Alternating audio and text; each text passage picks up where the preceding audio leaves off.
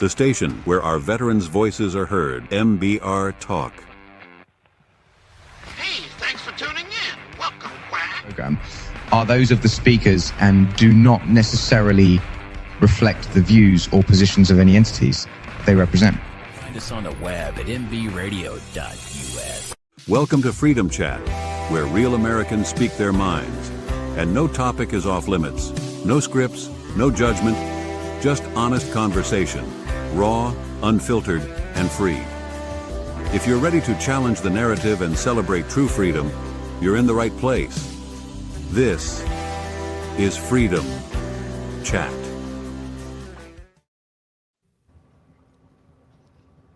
Good morning. All right. Before we get started, we're going to have a 5-second moment of silence in observance of Pearl Harbor. So I'm going to count that down. Okay. It is important to remember significant events in our country's history.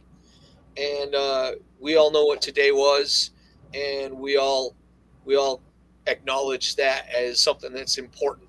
Well, we have a new person, which is fantastic. This is Gabby. Gabby hails from the great state of Minnesota, who's been in the middle of headlines. I mean, the state of Minnesota is in a lot of trouble, Gab. Your governor is a little bit on the, I don't know, man. He makes me a little bit nervous. He claims that Donald Trump isn't capable of doing his job, but this guy he's a piece of work, man. So, Gab, why don't you talk about that for a second?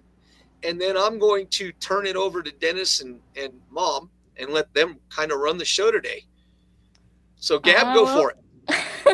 Not exactly sure what you're looking for. I'm kind of new to politics. I mean, I'm a Republican, but I've only been recently kind of following the headlines. And thanks to actually a former student of mine, he's really big into politics. So I kind of watch what he's doing and follow what he's been doing and stuff like that. I'm glad you jumped. I'm glad you decided to get involved. And following is one thing, but being involved is another thing entirely. And, there's a million ways to be involved. I follow a guy named Jesse Kelly, and he talks about, if we really want to take our country back and bring it back to where it was, it has to start at the school boards, and it has to start at the city councils. And then you can build it from there. But until we gain control of the localities, it's going to be a continuing struggle. And all you got to do, if you want to know just how dangerous this is look to Dearborn, Michigan, and now New York City, where, they're praying in the middle of the streets. And, that's dangerous in its own right, but it's disgusting in another right. And by no means are we attacking people for their faith, but what we are attacking is their inability and I don't even say inability. I've kind of changed my view on that. It's their unwillingness to assimilate with the pre-existing cultures. And I'm not saying that they need to change their belief structure, but you know what? What you are doing in the Middle East, you can't do here because it doesn't fit. And if you're unwilling to do that, then maybe you need to go back to where you come from. And I know that sounds like Neanderthalish, but it's not. It's the simple, unfiltered truth of the matter. Well, Mark, if you're starving to death and somebody invites you over to their house for dinner and you start complaining about the gravy's too brown or the wallpaper's the wrong color in their house, bye-bye. Hey, Dennis, can I come by and have lunch? Yeah, I hope you like the gravy. Hey, I love the gravy. Hey, you know what? I'll bring Jersey Mike's. That can be a conversation. What are the best Subway sub sandwiches that are out there? Here's my top 5. Jersey Mike's, Firehouse Subs. Used to have Quiznos up there, but they don't even exist anymore. And down at the very bottom would be Subway. Subway may be the most popular, the most well-known, but they are pretty much garbage. Remember, Congratulations. remember Blimpie? I do remember Blimpies, man. Blimpies, Blimpies yeah. was great. Yeah. Gabby's sitting there going, what the hell are you talking about Blimpies? So, Yeah, you lost me there. so Mom has got something that she wants to talk about. Dennis, this applies to you in Colorado. So I'm going to turn this over to her and let her kind of run it, because I don't have all of the information. I know what that she does.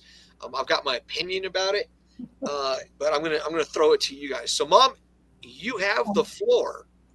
I wouldn't say that I have all of the information. Sorry about my voice. I haven't talked today. But when you think about it, what they're doing now is the end result of electing a environmentalist, I call them eco-terrorist people who are the Democrats in the House and the Senate ever since Polis has been in and before, because they're the ones that put in the rules that said we have to stop polluting because we're going to kill the planet and all that crap. Okay, so Mom, talk specifically about what has gone on I'm laying the groundwork this week. Mark. So the groundwork is that the culmination of those our orders to eliminate the emissions Fossil fuels from the gas, has now turned into an all-out assault, as far as I can see, on natural gas in Colorado. And the way they're doing it is they're trying to, they upped the ante by raising or lowering the amount of emissions you can have. And they want you to buy this heat pump thing, which I looked into.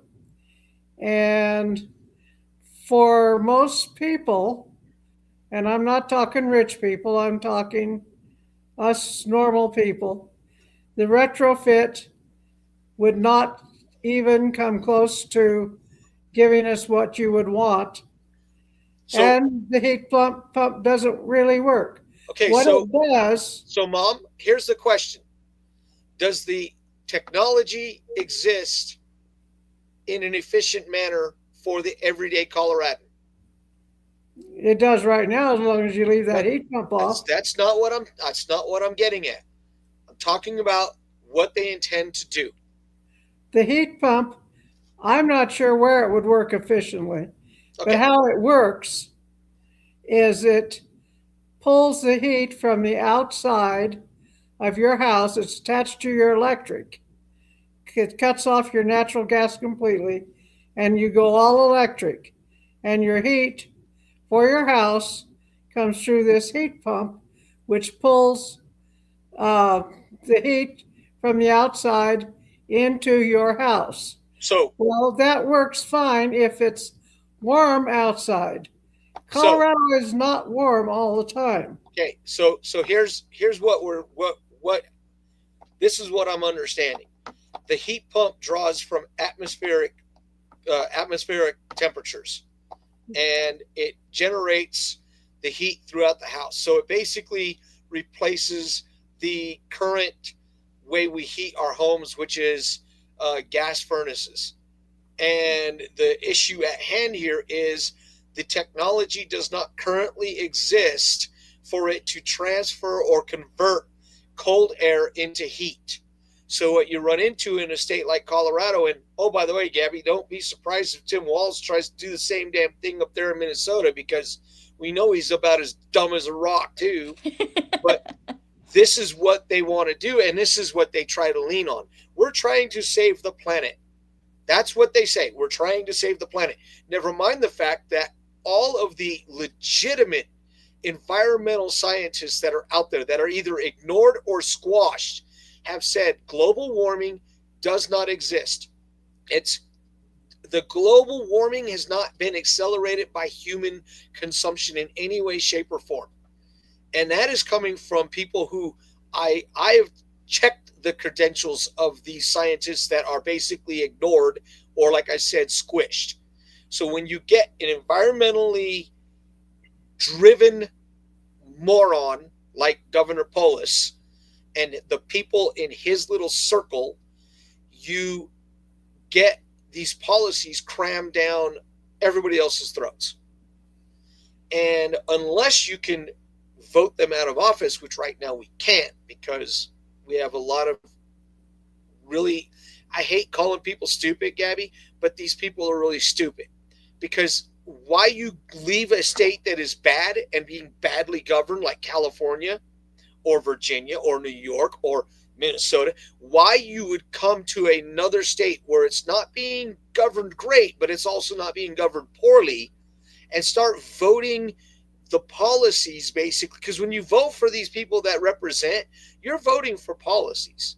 Whether you like it or whether you don't, that's what you're voting for. And to just be that stupid is just, I don't understand it. Because I wouldn't go to California and change the way they're doing things. If I was going to live there, I would vote the way I'm going to vote, because I think that the way I see things is just better. But this is what they're trying to do. And Mom, what's the timeline? They upped the timeline.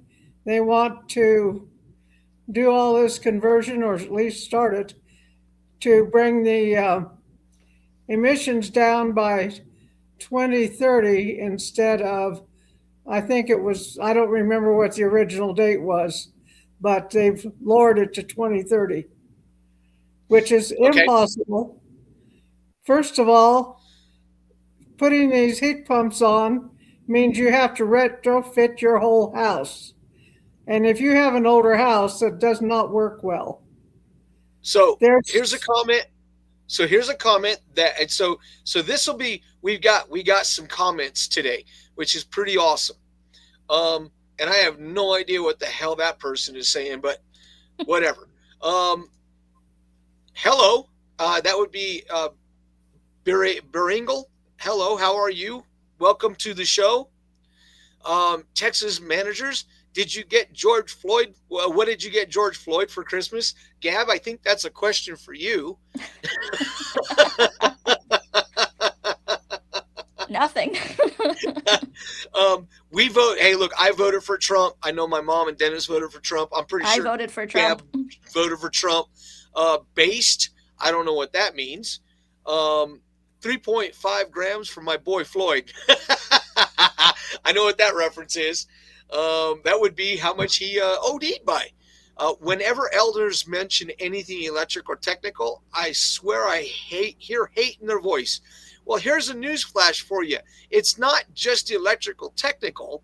Here's it. If you're in an environment where it's warm, and that's why this one really makes sense. It works great, and I live down south. It works independently to each other. So here's what my mom is saying, and this really does apply to Gabrielle also. What's the average temp during the winter months, Gab, in your home? It varies. We have it set to for the heat to kick on at certain times and then to shut off at other times. And how cold does it get, and how long? Minnesota Really, is a cold ass state. It's a very cold state. It varies as well. Today, I don't think it's too cold in comparison to maybe a couple days ago. Right. So yeah, it might be like in the 20s today. So what's your average temperature in the wintertime, would you say?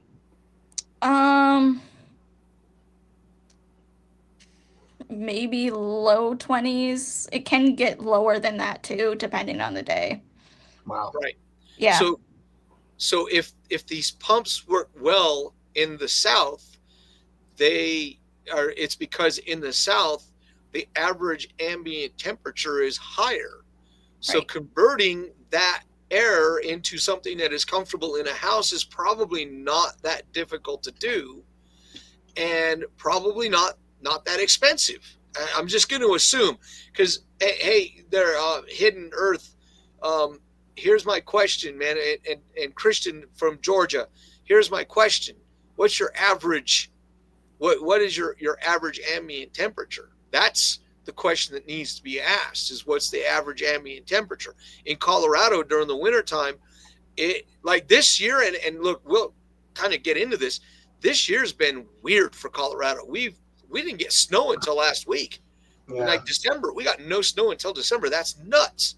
I mean, that is insane. So the question rapidly becomes, if they're not paying attention to the environment itself, what are they paying attention to? I can tell you what my opinion is, but first we're going to go to a break. And Gab, you're going to love this. This is what we do. And it's the same one every single time. And I actually got my mom laughing a little bit, so she knows what's coming. Here we go. Those are cool tats, man. Oh, for real. Thank you, bro. You see the Cobra? And what is this one? Oh, this? That's my credo. No regrets. You have no regrets? Dad? No? Like not even a single letter? No way. Not me. Well, I love him. I think he's great. Okay. I think he's a real winner, Casey. If I were you, I wouldn't use protection.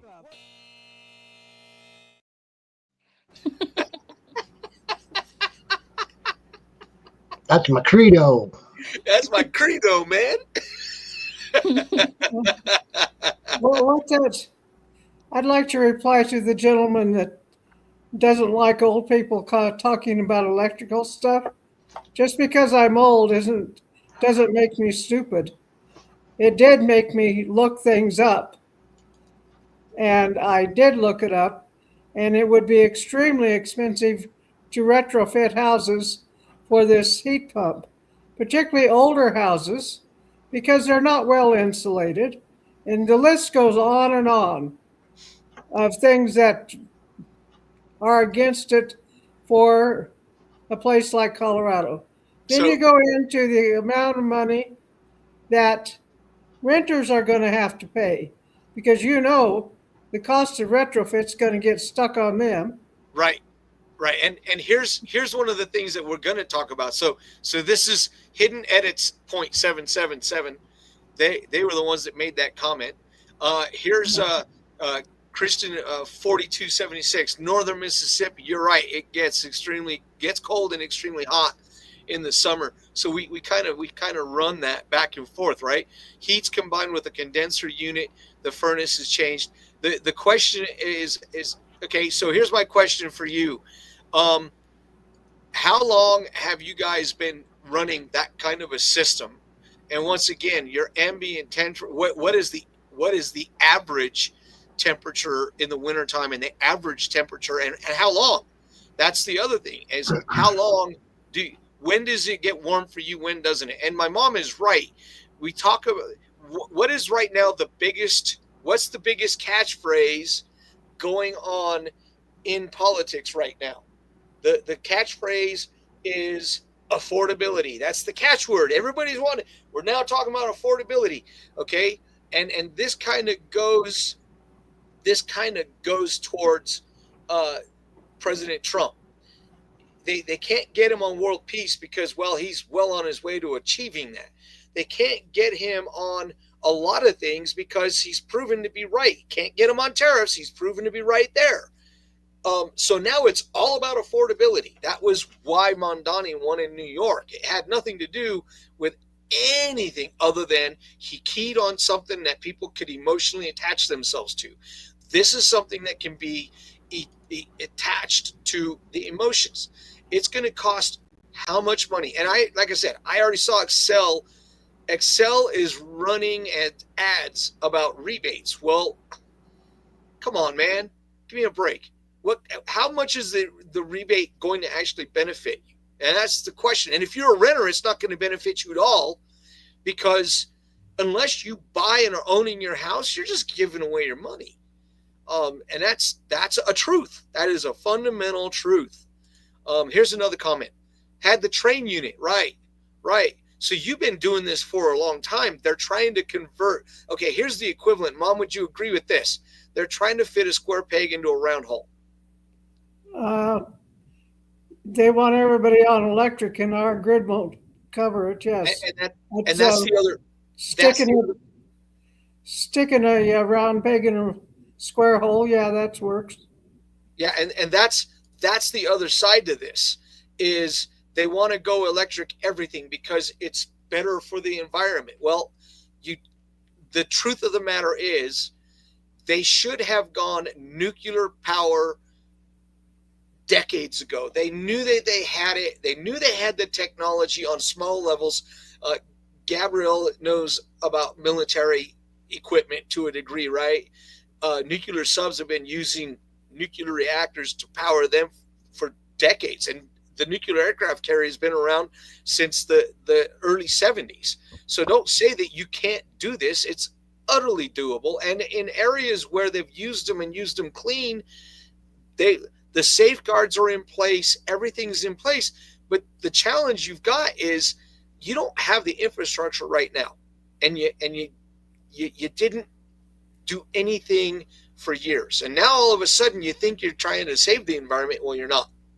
So, but that's something that is going to have to be dealt with, and I don't know how we're going to fix it other than how do you make a blue state purple? Dennis, how do you make a blue state purple?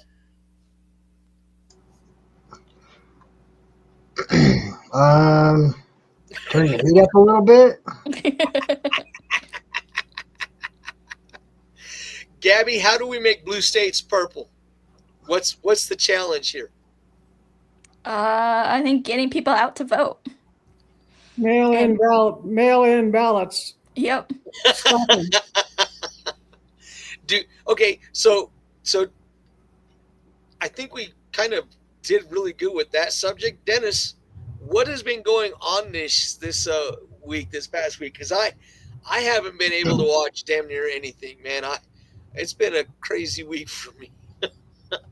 Honestly, I kind of was slacking in that department myself this week. I had just a lot going on, so didn't have a whole lot of time to really sit down and watch too much of the news or read about too much. But they're still hollering about the Department of War, and hitting these drug boats and saying that these guys are fishermen. So, hey Dennis, can I ask you a question? Yeah. Are those the strangest damn fishing boats you've ever seen in your life? I'd like to learn how to fish without a pole. I think that would be. Yeah. Why don't you chime in on this one? You were 10,000 lakes. You've been around a couple of fishing boats, right?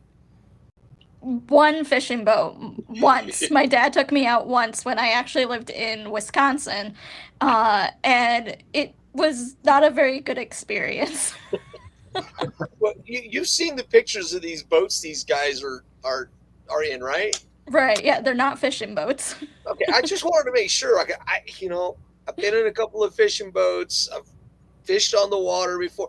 I've even been in in Gitmo. We fished in Gitmo. Mom, have you? Dana's my brother.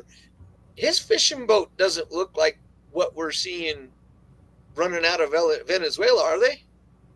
Doesn't run that fast, that's for sure. Hey, let me tell you something. That boat that Dana's got is pretty damn fast, but it ain't running. What those engines are? What, a double 1,000 horse? Like they're running twin engines at 1,000 apiece. They're not running slow boats. Is kind of what it boils down to, right? Makes it kind of hard to catch fish, don't it? They had one, I think, that had 4 engines on it. So here's a couple more comments. He's an electrician. He says it's energy efficient. Company will classify conversion as a remodel, and that's probably will have the pricing high. And hey, we appreciate you coming on. By the way, congratulations to Georgia beating the snot out of Alabama. That's never a bad thing. Just wanted to put that one out there. And you know what? I appreciate you coming on and putting in your 2 cents, because that's the whole point of this. The whole point of Freedom Chat is to get people to engage. even if we don't agree with each other, we still need to engage in a civil manner. So I appreciate you coming on. And look, if you go onto the Freedom Chat and you send a private message, I can get you actually on board. I can actually get you on board. You can actually join and have some fun, because trust me, we do have fun. Here's one for you. Our president, who has been accused of being everything but a normal human being, received an award from the FIFA for peace. I think the narrative of this guy being a dictator is so far dead that it's not even funny. Here's the sad part about this. I'm in a big band. Of course, I'm a trumpet player.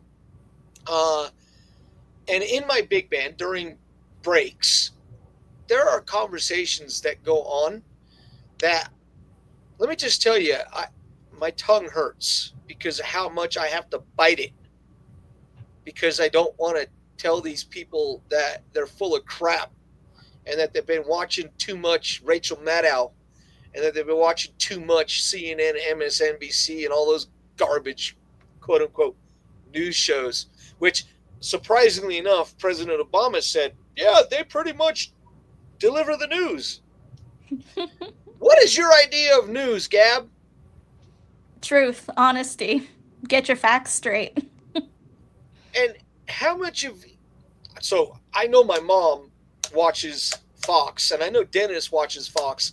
The only time I watch Fox is when I'm either at Dennis's house or mom's house.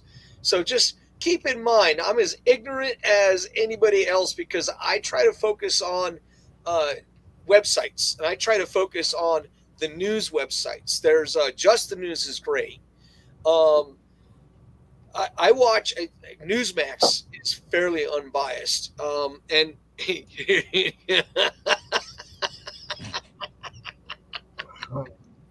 we know. Trust me, we know. But we don't want to call them libtards, do we? Why not? Hey, you know what I call them? I call them the poor unfortunate souls. You guys have seen the movie The Little Mermaid, right? Yep. When I hear the libtards, and when I hear them all, when I hear the lefties, and that's what I try to call them, is the lefties. When I hear the lefties talk their lefty language, I go, you poor unfortunate soul, because the reality of being that far to the left is you're kind of wallowing in your own misery. As you can see, we got action.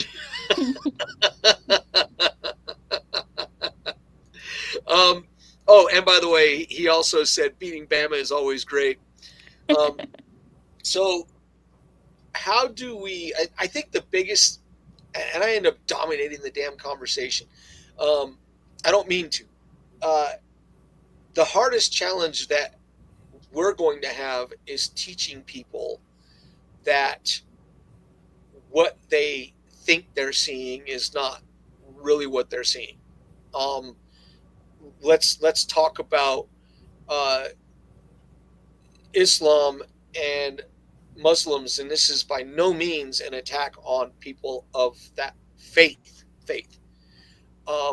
It's more about the people who get elected using that faith as their linchpin to create environments of, I can't tell you how many times I've watched someone say, well, you must be Islamophobic or you must be racist. And I'm like, where do you get race with faith? Where do you get race with faith is the question I ask. So Gab, I'll ask you, how do you, I'm a Christian. I've taken a very long road to get to where I am with my faith. But I do not look at faith from a perspective of race in any way, shape, or form. So I kind of would like to see where you stand on this, because you're in the middle of some crazy times up there, man. Holy crap. How do you contend with that? Well, I guess I don't have it as bad as those that live like in Illinois. Um, Or well, Michigan, sorry. or Michigan too, right? Or Michigan, yeah.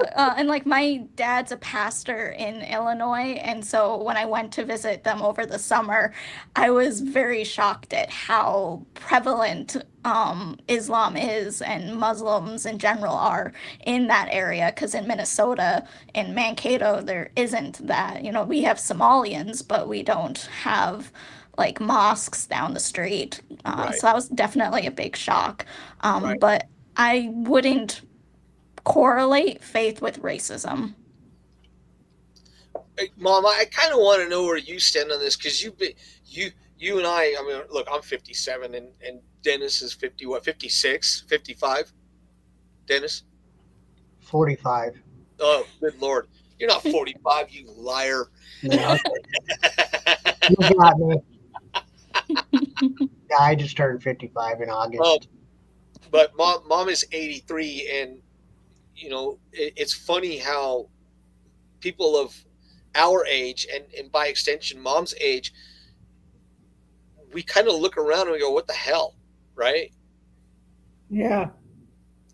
Well, what I think when I see I don't equate faith with color, race either. It's, because faith is something that is a personal thing, or should be anyway. And it has nothing to do with the color of your skin. And actually, when you come right down to it, they bleed red, we bleed red, we all bleed red. All ought to get over the race crap. It's kind of funny because I was in day 3 of the St. George Floyd riots in Denver, and I had a person ask me what I thought, and I basically said a bullet doesn't care. And my concept of that is the bullet doesn't care who it hits. The person is who you should be holding accountable, and that doesn't seem to happen in certain circles. They don't want to hold an individual accountable, but they do want to hold the machine accountable. And it's something that if we can't get people to stop and understand those things, we're going down a dark road that the only way we can get that road to lighten up is to, once again, have these hard conversations. I am inclined to say, if you are of the Islamic faith, I've got no problem with you. However, knowing what I do know about the Quran, you seem to have a problem with me. And the reason you have a problem with me is because I am what you would call an infidel. In fact, everybody on this little panel here is considered an infidel. And we're going to revisit that in 1 minute. We're going to do a 30-minute run. But first, we have my second favorite ad. What happened to you? Ruben, I'm in a situation here. We have to leave now. Well, no, can we stay a couple more minutes? But dude, no, this is serious. I just sharted. I don't know what that means. I tried to fart and a little shit came out. I just sharted. And let's go.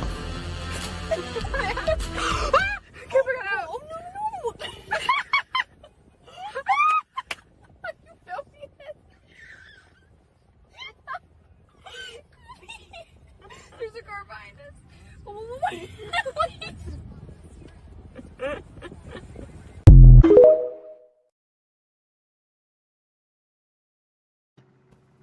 For the record, Gab, I play these every single weekend because I find them to be just over the top, crude, and funny. Hey, MBR Radio just said hello, Gabby. So Hello. you are getting you're getting runs. This is okay. And this is, since we're on the subject. Chris is a Christian, and this is what he's saying. My concern is when they start practicing 100%, the Quran says for them to eliminate their infidels, which would be us, and he's right. That is the truth. And let's look at historically. The Crusades started because and what you are a teacher, right? Yes, I am. What did you teach? Sorry, can you repeat the question? What do you teach? Oh, I teach American history, but also a little bit of European history because sadly I'm the only history professor at my school. Wow. So Yes. so let's kind of go down the little, let's go down the rabbit hole of American history, and let's go further back. The Crusades were not about the expansionism of Christianity. The Crusades were to stop the expansion of the violent expansion of Islam into the West. Mm-hmm. And I'm stating this knowing this is kind of like the Reader's Digest version of it, right? But when Muhammad started his religion, it was based around conquest. It was not. Chris, thank you, because I wasn't sure what it says. Chris N. So since I've mispronounced your name the entire morning, but the Crusades were there to stop Islam's expansion, because Islam wasn't just expanding by faith, it was expanding through violence, and if you didn't convert, you were either killed or you made a slave. So now we'll fast forward from the Crusades to when when the American sailors were being captured and made slaves by it was the Ottoman Empire, if I'm not mistaken, right? It was the Barbary pirates, and they were a part of the Ottoman Empire. And if I am not mistaken, what basically happened was first John Adams sent emissaries, and they simply asked, "We have no problem with you people. You have no problem. Why are you doing this?" And the response from the Ottoman Empire was, "You are inferior to us because you're not Islamic, so we can do what we want to you." Well, that is in the Quran. And when Adams left office, Jefferson sent emissaries in the same manner, and he received the same response. Well, Jefferson did it right. Jefferson sent the United States Navy, and with the United States Navy, he sent a bunch of guys who had no problems being violent, and that would be the United States Marines, hence the term leathernecks. Most people don't know where that term came from, but I can tell you where that term came from. They all wore big, thick leather, basically neck protectors. And they went in there and they basically spread hate and discontent until the Barbary pirates capitulated. Is that pretty much? Do I have that pretty close? Yes. Wow. And see, she's a professor. She knows. I just am a dude who reads stuff, man. You got to remember that the Barbary pirates had been holding the European countries, Britain and France and all the rest of them. They'd been doing the same thing.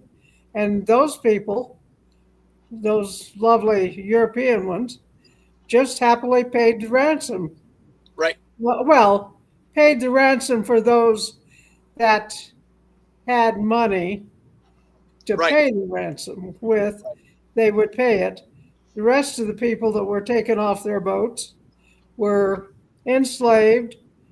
If they wanted more eunuchs, you know what a eunuch is. Yes, we know what a eunuch is. If they Most wanted of us more, have watched Pirates of the Caribbean. We know what a eunuch is. well, not because we watched Pirates of the Caribbean, but because we thought that whole scene with the eunuch was funny. It was very funny. It takes a certain twisted sense of humor to get that. So for those of you who don't know what a eunuch is, I'll let you guys research it on your own and get a chuckle. Chris says spot on. So yeah, Mom, carry on a little bit, and then I'm going to ask Gab to kind of throw her 2 cents in, because this is in her wheelhouse. It's just to point out that the Ottoman Empire was doing what they had done for years when they needed more people for their armors or whatever. That's how they got them. And if they wanted to have protectors for their harems, we're talking the guys on top. The guys on the bottom didn't matter. Right. That's what the eunuchs got to do. Because after all, a eunuch is a eunuch. Kind of what they want to do to little kids with the hormones. So Gab, how close was I to? Did I embellish, or was I pretty straight? I'm pretty sure you're pretty straight. I mean, the Barbary Pirates part of American history is not my forte, but from the bit that I did teach earlier in the semester, that was correct. So, okay, yeah. So let's kind of fast forward to current. Okay, what we're seeing, and this is, I'm not saying this because it's my opinion. I am saying this because imams are getting up on stage and they are stating this. They are stating that they are going to bring Islam into every American home and that Islam is going to take over this country. And here's what I can tell you. They've already taken Dearborn unless the people in Dearborn have had enough. And if it gets to that point, it's going to turn ugly. And here's a news flash. And Gab, this is one that we've been talking about this, especially Dennis and I. This is my prediction, and I will be honest, I hope I'm wrong. Europe, starting in England, is going to turn bloody within the next 6 to 8 months. It's already started because the people of that quote-unquote faith are already disrupting, in Europe, they're disrupting Christmas marketplaces, and they're not being nice about it. They're being disgusting. So what do you think is going to happen when the people of the Christian faith have decided, you know what? You're a guest in what is otherwise known as my home. And you're just going to have to go. Don't go away mad. Just go away. To quote Motley Crue. Mark, in Ireland, there's already a couple of groups, at least one that I know of, that are creating an uprising. I don't know if it's just the one. I just happened to catch a little clip of it the other day, and the clip reminded me of how the like ISIS and those guys, when they would show videos, they were all covered up, but these are these are people from Ireland, actual citizens, not visa or whatever citizens. Right. These are people born in Ireland, from Ireland. Right. Yeah, they're already talking uprisings and things like that. So yeah, right. Be prepared. It's coming. So Chris, you're absolutely right about Muhammad and his deal. He called himself a prophet. We always talk about Christ. Christ didn't call him anything other than being a teacher. And that's what he called himself. He called himself a teacher. And in the Bible, it talks about false prophets. And it talks about the fact that they're going to name themselves as such. There are quite a few prophets who never claim to be prophets. Ezekiel is the one that I remember, because I watched David, the series on Amazon called the House of David, and it talks about how, if I'm not mistaken, it was Ezekiel who first had Saul as the king, and when Saul went south, so to speak, David became the next thing. But Ezekiel never once claimed himself to be a prophet. He claimed himself to follow the word of God, and that was what he did. And yeah, you're right, he was a false prophet. Most people don't really want to admit about Muhammad. Muhammad was a criminal. Muhammad was a thief before he ever decided that, hey, holy crap, I can really enrich myself if I claim to be a man of God, so to speak, or in their case, Allah, whatever.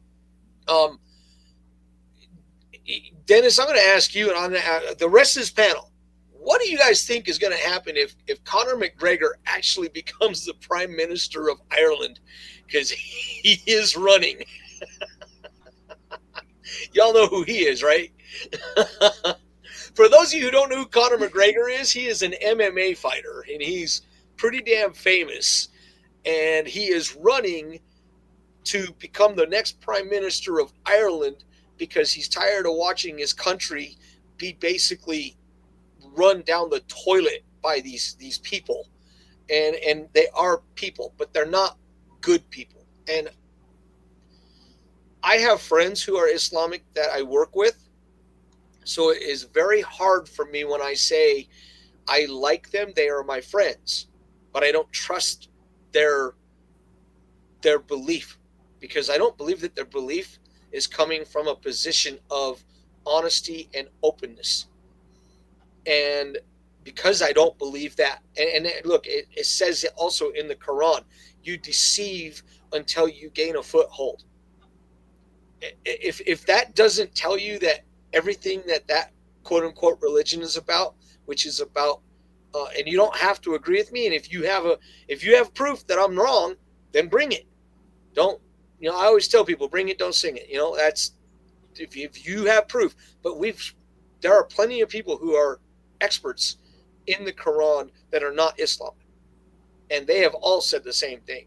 And in fact, there is a guy who is an imam. He's called the Imam of Peace, which is really funny. But he is actually being hunted because he has gone a different way, even though it calls himself an imam. He has made it abundantly clear that the faith that he chooses to follow is not a compatible faith with Western civilization. And in my opinion, it's just not. I have yet to see anybody prove to me I'm wrong on this. And well, the Quran, what you're talking about as far as the lying, the deception, is that it approves the practice of deception in order to, like you said, gain a foothold, or like make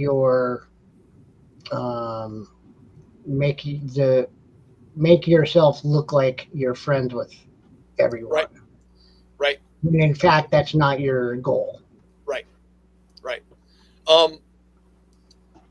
What else is going on in the world? Well, the FIFA World Cup is coming, and I'm actually kind of excited to see where that goes. Let me see. The cabinet, Trump's cabinet had their last cabinet meeting. So I'm going to bring this one up.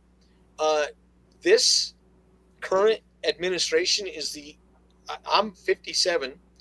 Gab, how old are you? I don't normally ask ladies how old they are. I mean, it's rude to do that. But how old are you? I'm 32.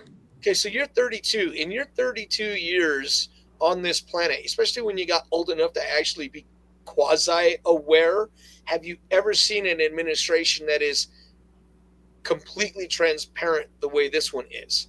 No. I mean, they have been running these cabinet meetings live. There is no behind the scenes. I know there are going to be behind the scenes things going on, because there has to be. But when the cabinet gets together and they talk about the accomplishments of what they've done, and here's Chris. He also puts himself above God, and that is a sin. You're absolutely right. A lot of these imams do that. They put themselves above God. It's like, guys are ridiculous. The cabinet meeting, I was really, really impressed with the cabinet and how they're talking about. Trump isn't talking about his leadership. They are talking about his leadership. And I kind of want to talk about that, because the last administration, I call it a regime, was anything but transparent. Let's use this for an example. The pipe bomber from January 6th. What did CNN say about this guy before the mugshot? They called him a white guy. I think they said he was white. CNN literally said he was a white guy. And then the mugshot showed up, and it was like, now you don't see anything about that bomber on MSNBC, on CNN. On the picture they showed of him, they had airbrushed him to where he looked white. Well, Mom, he was wearing a mask, which gave him the appearance of being white. The point that I'm making is it took the current FBI 8 months to catch a dude that the previous FBI claimed that they were working night and day on for 4 years. Imagine that. The only thing Comey and Ray were working on was trying to figure out how to funnel more money in their pockets, in my opinion. I don't agree with you, Mom. I think that they were doing exactly what the Biden administration wanted them to do, which was go after preachers and go after Catholic preachers and go after moms and dads who didn't agree with the ideologies that were being crammed down their children's throats. Please, somebody tell me where I'm wrong in that. They literally were arrested. They were investigating Catholic churches as purported terrorist organizations. Gab, your dad's a minister. Yeah, he's a Lutheran pastor. So he's a preacher. Mm-hmm. Have you ever known him to be anti-government or have you ever thought, my dad might be a terrorist? No. Okay, because I've met a couple of preachers, but I've never been, I've never known anybody who's been related to one. How would you feel if your dad called you and said, you know what, I got a visit at my church today from the FBI? How would you feel if that would have happened? Concerned, I guess. Yeah. A little scared? Yeah. Because I'll be honest with you, they were knocking on doors of people that were just like, what the hell? And that's something that should bother every American. I got into a debate with a shipmate of mine about the raid on Mar-a-Lago. And what I said was simply this: if they can do that to a former president, and it doesn't matter whether it's Donald Trump or George W. Bush or H.W. Bush or Barack Obama, it doesn't matter. If they can do that to a former president of the United States in the manner with which they did, fully loaded, ready to shoot someone if needed, what do you think that... I said it exactly like this. They wouldn't even hesitate to come after someone like me. They would beat down the door in a heartbeat. I actually have a bar that blocks my front door, which would give me about an extra 15 to 20 seconds to prepare myself to defend myself and my family. But it should scare everybody that they thought that was okay. Well, they also thought it was okay to deem parents as domestic terrorists, showing up to PTA meetings and school board meetings and things like that. Yeah. Because the parents were concerned that where Right. they were leading their children was the totally wrong direction. Right. So Right. because they stood up and said something, Right. their voices were muffled by domestic terrorists. Right. But let's just arrest a grandma who is dying from cancer because she just happened to walk into the Capitol building, which, oh, by the way, it is the people's building. Am I not wrong in that, Gab? No, you're not wrong. The Hall of Congress belongs to us, right? Mm-hmm. I always kind of giggle because people go, Mark, why do you feel the way you do? And I go, well, because the preamble calls it. Mm-hmm.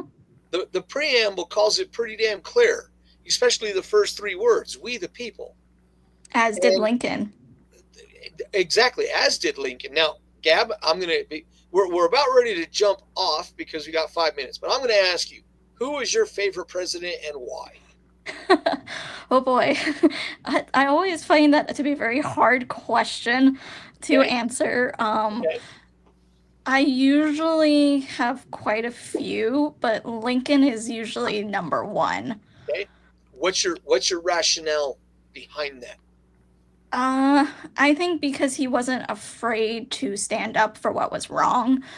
So, standing up to free African Americans that were enslaved in the South and in the United States in general, and, trying to make sure that the American government was for everybody. Okay. Dennis, your turn. Well, I agree with Gabby. That one's tough. Come on, man. It's kind of I'm going to say it's a tie for me.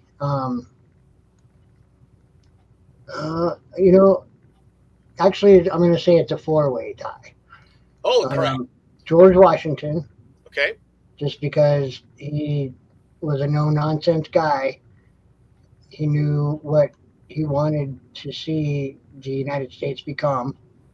Okay. Lincoln, you already said that. Abe Lincoln. Ronald Reagan. He's another good one. That's not a bad one. And then our current number 45 and 47. Yep. Okay.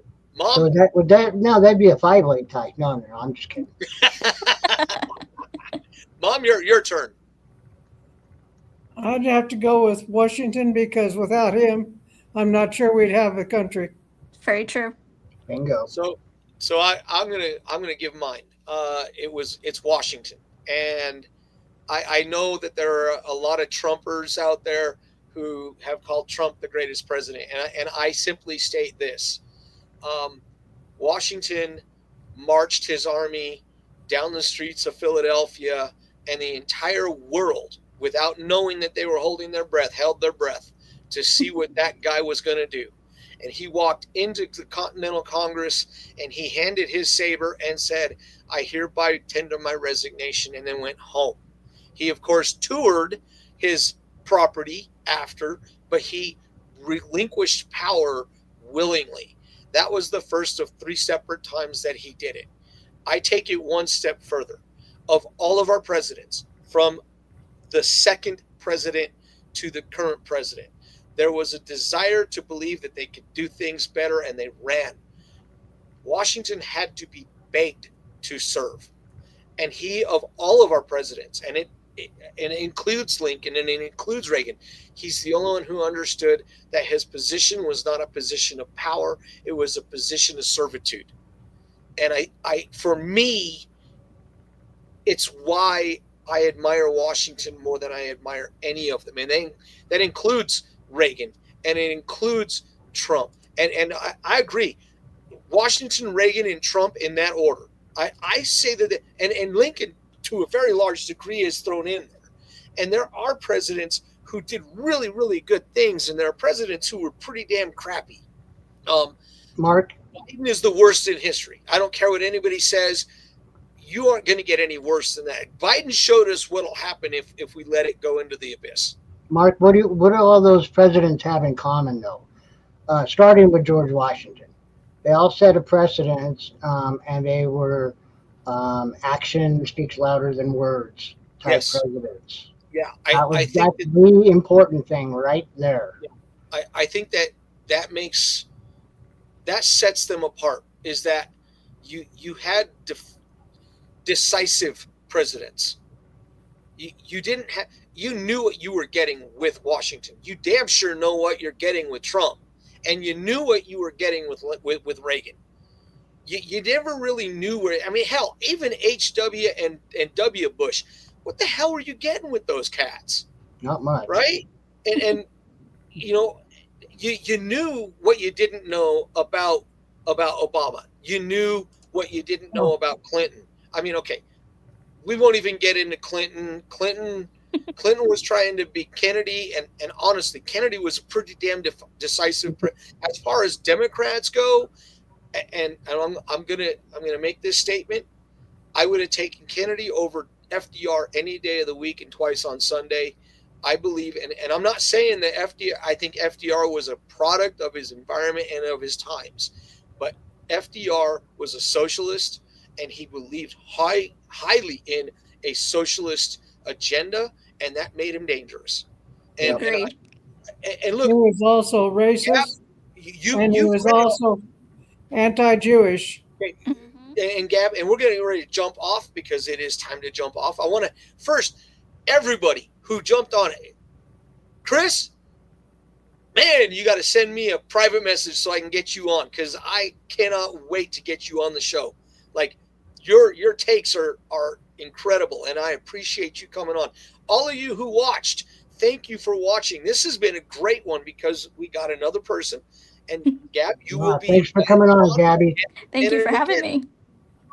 Yeah, no, you're because you got some knowledge that I don't have. You've got a historical brain which fits. For those of you who don't, yeah, I want you on the hey, put you on the panel. Damn right, I'm going to put you on the panel. Trust me, we'll make that happen. I guarantee you, we're going to make that happen. We're going to bring duct tape. Gabby, duct tape for your mouth. Yeah. You know what? This is my damn show. All of this got started because of my mouth, so you guys can just go pack sand. Phyllis, that was great. Gab's read all the Gallant Men. I did several times. And this is what, and Gab, I'm going to paraphrase. Why the people of that generation admire FDR is because at a time when everything was so down, he had a positive, at least his attitude was positive. He might have been a socialist. Boy, he is damn positive about what he thought was going to make the country work. Mm-hmm. And that's coming from a guy who was in the middle of it. Donald Stratton was in the middle of it. And I think that was, look, read all the Gallant Men. It is an outstanding book. It is. See? Hey, Chris, not speaking for myself about the intelligence. I try to be smart. Don't always succeed, but I try to be smart. And 43 years old, hey, you're right in the wheelhouse, man. You really are. And I will get you on next week. Gab, you are invited next week. Thank you. I promise to be better prepared next week. Me promise too. I will be better prepared. Both Dennis and I are officially on remedials for not doing our homework. Yeah. Mom, you were ahead of everybody, so you got in there. And Gab, if you have anything you want to talk about, you got a week. You got 7 days, and you're welcome. There's no subject that's taboo, none. So I'm gonna call it. Hey guys, real quick. Yeah. I want you to see this jersey. Do you know whose jersey this is? I do. It's called the Denver Broncos. They're playing the Oakland Raiders today. Do you remember where that jersey came from? Oh, I do know where did that come number from? This 24, Champ Bailey, and it was from a special guy that you actually gave me his jersey. I did. Yeah. Good old Jimmy. Yeah, good old Jimmy. You got an Avalanche jersey too, like I do. Landeskog. Yeah, I think so. I think I gave you a Landy. I think I gave you Landeskog. You did, but I cherish those because they're from Jimmy. Yep, they were Jim's. So. Yeah. Philadelphia Eagles. Ah, come on, Chris. Chris, what's wrong with you, man? Hey, to each their own. All right, guys. God bless you all. God bless the United States of America. And we'll see you guys in 7 days. Godspeed, everybody. Take care. Ladies and gentlemen, thank you for tuning in to Military Broadcast Radio. As we wrap up today's show, we want to remind you that the podcast of today's episode will be available right after we go off the air. So if you missed any part of the show or want to listen again, be sure to check it out. And remember, we're here to support and honor our veterans. Your stories and experiences matter, and we are committed to giving you a platform to share them. That's right. We're here to give our veterans a voice. So don't forget to catch the podcast and stay connected with us. Giving our veterans a voice.